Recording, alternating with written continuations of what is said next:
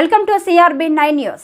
నేను మీ తుమ్మప్పలరావు ద్వారా మన విశాఖపట్నంలో జిల్లా పరిషత్ మీటింగ్లో అరకు నియోజకవర్గం ఎమ్మెల్యే గారు కనీసం శంకుస్థాపనలకి కూడా మమ్మల్ని పిలట్లేదు, మాకు తెలియపరచకుండా అధికారులు శంకుస్థాపన చేస్తున్నారని చెప్పేసి జిల్లా పరిషత్లో గలమెత్తారు.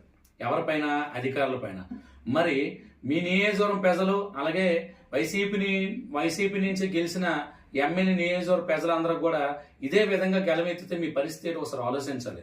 ఎందుకు ఈ మాట చెప్తున్నానంటే, మీరు ప్రభుత్వం ఇచ్చిన జీతాలు తీసుకుంటున్నారు, ప్రభుత్వం ఇచ్చిన అలవెన్స్లు కానీ ప్రభుత్వం నుండి వస్తున్న అన్ని బెనిఫిట్స్ కూడా మీరు పొందుతూ ఈరోజు మీ నియోజకవర్గ ప్రజలు ఎవరైతే ఓటు వేసి మిమ్మల్ని గెలిపించారో ఆ నియోజకవర్గ ప్రజలు ఏ విధమైన ఇబ్బంది పడుతున్నారో అసెంబ్లీలోకి వెళ్ళి మాట్లాడి ఆ సమస్యలు మీరు గలమెత్తలేనప్పుడు మీరు అధికారులు ప్రశ్నించే హక్కు మీకు లేదని మేము భావిస్తున్నాం.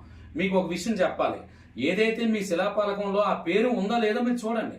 మీ శిలాపాలకంలో స్థానిక ఎమ్మెల్యే పేరు కానీ ప్రజాప్రతినిధులతో ఎవరైతే గెలిచారో వాళ్ళ పేర్లు లేనప్పుడు మీరు ప్రశ్నించాలి. మమ్మల్ని అధికారులు పిలట్లేదని చెప్పేసి ఒకరు పిలిచిన దానికే మీరు అసెంబ్లీలోకి వెళ్ళట్లేదు. మీరు అసెంబ్లీలోకి వెళ్ళట్లేదు కాబట్టి మీరు పిలిచినా రారేమో అని చెప్పేసి ఉద్దేశంతో ఆ మాత్రం అధికారులు అనుకోవచ్చు కదా, అధికారులు ఆ విధంగా పిల్లలేదు అనుకోవచ్చు కదా. ఒకళ్ళు అధికారులు మిమ్మల్ని పిలిచి కూడా పిల్లలేదని మీరు అక్కడ చెప్పొచ్చు కదా. కాబట్టి ఇప్పటికే మీరు చెప్తుంది ఏంటంటే, మీ 11 మంది ఎమ్మెల్యేలు ఎవరైతే ఉన్నారో అసెంబ్లీలోకి వెళ్ళి గ్యారంటీ ప్రజల సమస్యలు తెలియపరచండి. ఇంకో విషయం చెప్పాలి, మీకు గత ప్రభుత్వం లాగా ఈ ప్రభుత్వం చెయ్యట్లేదు.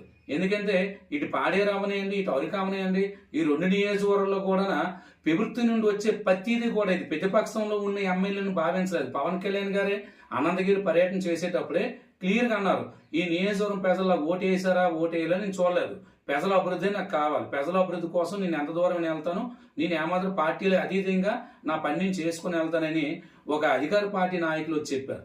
ఎందుకు ఇవన్నీ చెప్తున్నానంటే, మీరు కూడా అర్థం చేసుకోవాలి, ఓటు వేసి గెలిపించేటప్పుడు ఆ ప్రజల కోసం అసెంబ్లీలోకి వెళ్ళి మాట్లాడండి. అసెంబ్లీకి వెళ్ళి మాట్లాడేటప్పుడే మీరు ఎవరినైనా ప్రశ్నించే హక్కు మీకు ఉంటుంది అని చెప్పేసి నేను జనసేన నాయకుడిగా తుమ్మప్పలరావు ద్వారా మేము వేడుకుంటున్నాను. ఏదైనా ఒకసారి మాట్లాడేటప్పుడు మనం ఏం తప్పు చేస్తామో అది తెలుసుకొని అది తప్పో రైటో ఆలోచించుకొని మాట్లాడితే బాగుంటుంది. అధికారుల మీద కసుబుస్సు అనిపోయిన గత ప్రభుత్వం కాదు ఇది. అధికారుల పైన కసుబుస్సు అవడం ఇది సక్రంగా నడుస్తున్న ప్రభుత్వం. కూటమి ప్రభుత్వంలో అధికారులకు ఒక గౌరవం ఉంది, అధికారులకు ఒక విలువ ఉంది.